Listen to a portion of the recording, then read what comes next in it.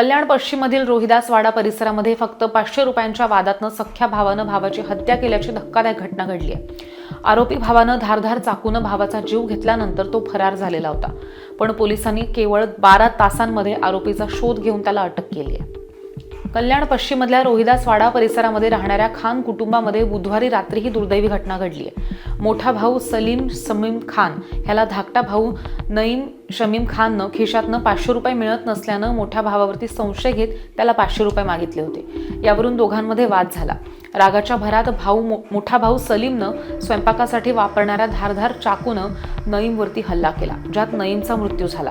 हत्या केल्यानंतर आरोपी सलीम घरातनं फरार झालेला होता, पण कल्याण बाजारपेठ पोलिसांनी त्याला जलद तपास करत 12 तासांच्या आत अटक केली आहे। या घटनेमुळे परिसरामध्ये हळहळ व्यक्त होतीये। भावाभावातील हा वाद इतक्या गंभीर वळणावरती जाईल यावरती स्थानिकांना विश्वास सुद्धा बसत नाही। या प्रकरणाचा कल्याण बाजारपेठ पोलीस अधिक तपास करतायत आणि सलीमला न्यायालयामध्ये हजर करण्यात आले, तेव्हा न्यायालयानं 13 तारखेपर्यंत त्याला पोलीस कोठडी देखील सुनावली। बाजारपेठ पोलीस स्टेशनच्या हद्दीमध्ये दिनांक 7/1/2025 रोजी रात्री 9:30 ते 10 वाजेच्या सुमारास इसम नामे नईम शमीम शेख याचा त्याचा मोठा भाऊ सलीम शमीम शेख याने त्या मैताचे 500 रुपये मिळत नव्हते।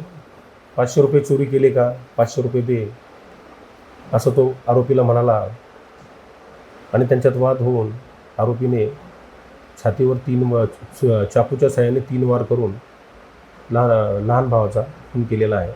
त्या प्रकरणी बाजारपेठ पोलीस स्टेशनला 30/2025 कलम 103(1) BNS प्रमाणे गुन्हा दाखल आहे। गुन्हा दाखल झाल्यानंतर आरोपी फरार झाला होता।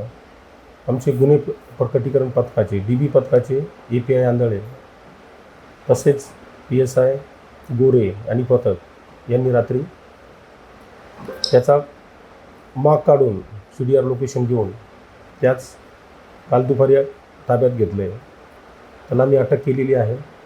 त्याला दिनांक 13/1/2025 पर्यंत पोलीस कस्टडी मंजूर आहे। सध्या आरोपी पोलीस कस्टडीमध्ये आहे।